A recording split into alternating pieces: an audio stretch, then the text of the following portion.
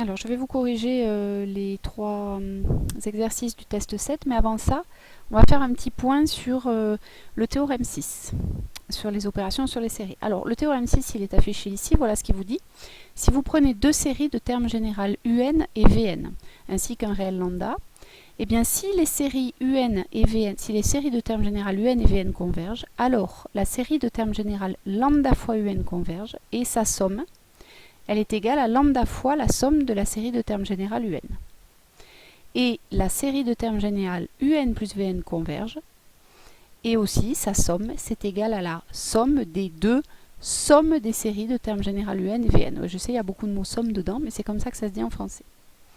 Alors j'attire votre attention maintenant sur le fait qu'il y a deux pièges qui sont écrits en dessous de la remarque, en fait trois, mais surtout deux, qui sont écrits ici.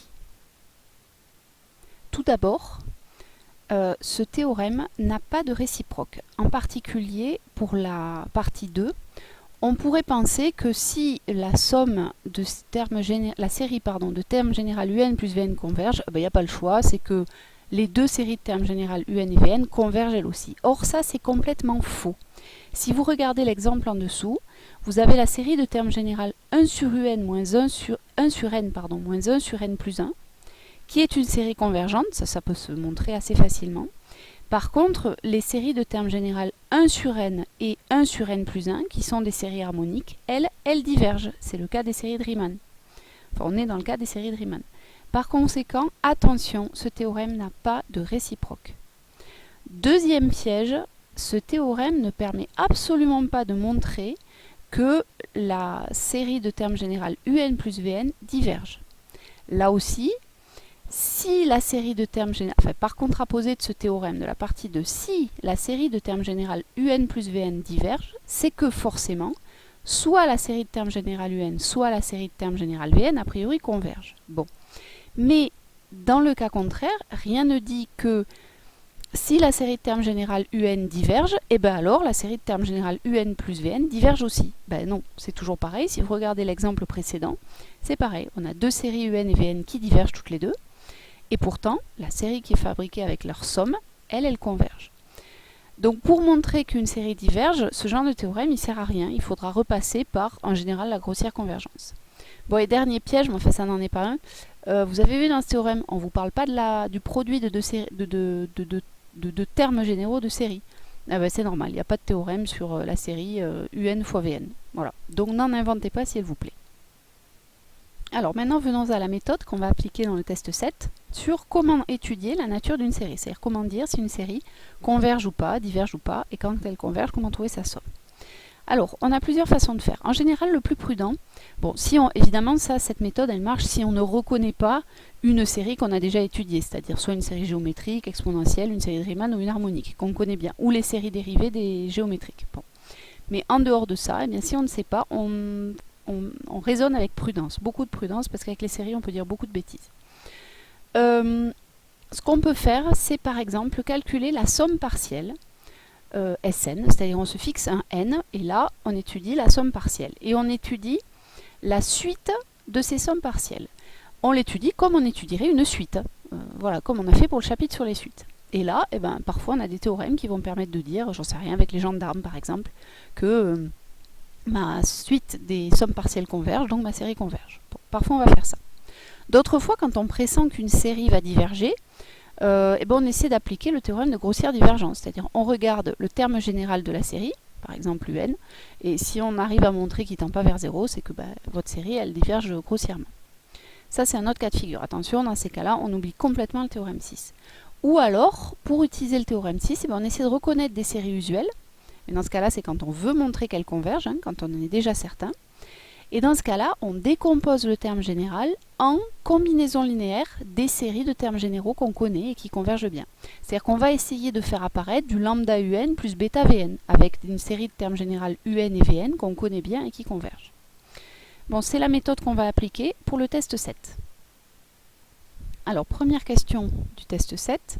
Il faut étudier la nature et éventuellement la somme de la série de termes général moins 1 sur n plus 1 sur factoriel n. Alors, première erreur à ne pas commettre, ne pas se dire « Oh ben c'est bon, ça c'est la série exponentielle ». Non, non, non, pas tout à fait. Je vous rappelle que la série exponentielle, c'est moins 1 puissance n sur factoriel n. C'est tout. Et donc, mon puissance n plus 1, il m'embête. Alors, ce que je fais d'abord, c'est que comme j'ai quand même reconnu, je suis dans le cas de la méthode, dans le point 3, là, j'ai quand même reconnu ma série exponentielle. Donc, j'ai un petit bidouillage à faire sur le terme général de ma série qui va me ramener à la série que je connais. Alors là, le bidouillage n'est pas très compliqué. Il suffit d'écrire que moins 1 puissance n plus 1, c'est moins 1 puissance n. C'est-à-dire, il y a un des moins 1 qu'on sort de la parenthèse, là. Et comme ça, on est dans le cas lambda fois un. Donc ici, en fait, on se ramène exactement au point numéro 1. Ici, on reconnaît du lambda un. Or, on sait que la série, exponentielle converge, donc la série des moins 1 puissance n plus 1 sur factoriel n converge aussi, c'est du lambda un, et sa somme, c'est lambda fois la somme de ma série exponentielle, c'est-à-dire moins 1 fois exponentielle moins 1. Puisque ma série exponentielle, qui est ici, elle a pour somme, exponentielle moins 1. Voilà. Donc pour celui-là, c'était pas trop compliqué. Le cas suivant est un petit peu plus moche. Alors on vous donne une série de termes généraux. Alors attention, 3 puissance n sur 2 puissance n plus 1 factoriel n, plus 1 demi à la puissance n plus 2. Alors là aussi, si on regarde bien, on reconnaît quand même des séries qu'on connaît. Bon, ici, à peu de choses près, c'est la série géométrique, avec une raison égale à 1 demi. Bon, donc a priori, elle va converger, tout va bien, 1 demi c'est plus petit que 1. Et ici, si on regarde bien, avec ce qu'on a fait dans le test sur les séries exponentielles, c'est-à-dire le test précédent, je crois, là, on est à peu près sur du x puissance n sur factoriel n. Bon, alors, comme on le voit à peu près, il nous reste à identifier qui est le x. Enfin, les séries exponentielles, elles convergent tout le temps, donc ça devrait bien marcher. On devrait pouvoir utiliser la partie 2 de mon théorème. Alors pour ça, c'est ce que je vous disais, on ne se lance pas dans l'écriture de la série, sous cette forme. D'abord, on décompose. Donc moi, je vais essayer de faire apparaître du 3 puissance n sur 2 puissance n ici, parce que c'est ça qui va me donner ma série exponentielle. Donc le voilà, 3 demi puissance n. Ici, j'avais du 2 puissance n plus 1, donc un 2 en trop, entre guillemets, donc je le mets ici, je l'isole, ça me fait un demi. Et puis mon 1 sur factoriel n. Et puis mon 1 demi puissance n plus 2, là j'ai reconnu ma série géométrique, il suffit que j'isole mon 1 demi au carré en trop, ma puissance plus 2 là, et puis je laisse mon 1 demi puissance n tout seul. Alors ça nous fait du 1 demi fois 3 demi puissance n sur factoriel n, voilà ma série exponentielle, plus 1 quart fois 1 demi puissance n, et voilà ma série géométrique. Donc là je me retrouve à vraiment pouvoir utiliser la partie 2 de mon théorème, c'est-à-dire mon lambda fois un plus bêta fois vn. Donc d'après mon théorème 3, il faut que je vérifie juste que je dise que mes deux séries, la première et la deuxième, convergent. Donc ma série de termes général 3 demi puissance n sur factoriel n converge, c'est une série exponentielle. Et la série de termes général 1 demi puissance n converge aussi, c'est une série géométrique avec valeur absolue d'un demi plus petit que 1. Du coup, maintenant, je peux en déduire que ma série de départ de termes général, cette horreur que j'ai la flemme de dire maintenant, converge. Et sa somme, c'est 1 demi fois la somme de la série exponentielle, plus 1 quart de fois la somme de la série géométrique. Alors, j'ai pas fait les calculs intermédiaires, mais ils sont là. 1 demi fois la somme de ma série exponentielle, plus 1 quart fois la somme de ma série géométrique. Alors, bon, 1 demi fois exponentielle 3 demi, ça ne change pas. Et 1 quart fois 1 sur 1 moins 1 demi. 1 moins 1 demi, ça fait 1 demi. 1 sur 1 demi, ça fait 2. Et 2 fois 1 quart, ça fait 1 demi. Voilà pourquoi je me retrouve avec un 1 demi ici. Et donc voilà la somme de ma série qui converge bien. Maintenant, pour ma dernière série, celle de terme général 2 puissance n plus 1 sur plus 1 sur factoriel n. Et bien là, je vais être dans le cas où j'utilisais le critère de grossière divergence. Puisque 2 puissance n plus 1 tend vers plus l'infini lorsque n tend vers plus l'infini, et bien 2 puissance n plus 1 sur 1 sur factoriel n, ça va aussi tendre vers plus l'infini lorsque n tend vers plus l'infini, parce que ça tend vers 0.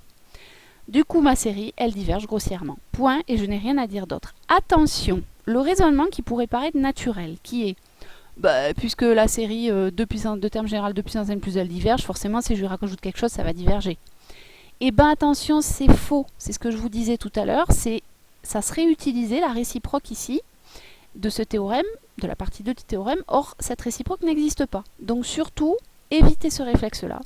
Si on pense que ça diverge, on utilise la grossière divergence et rien d'autre. Voilà pour le test 7.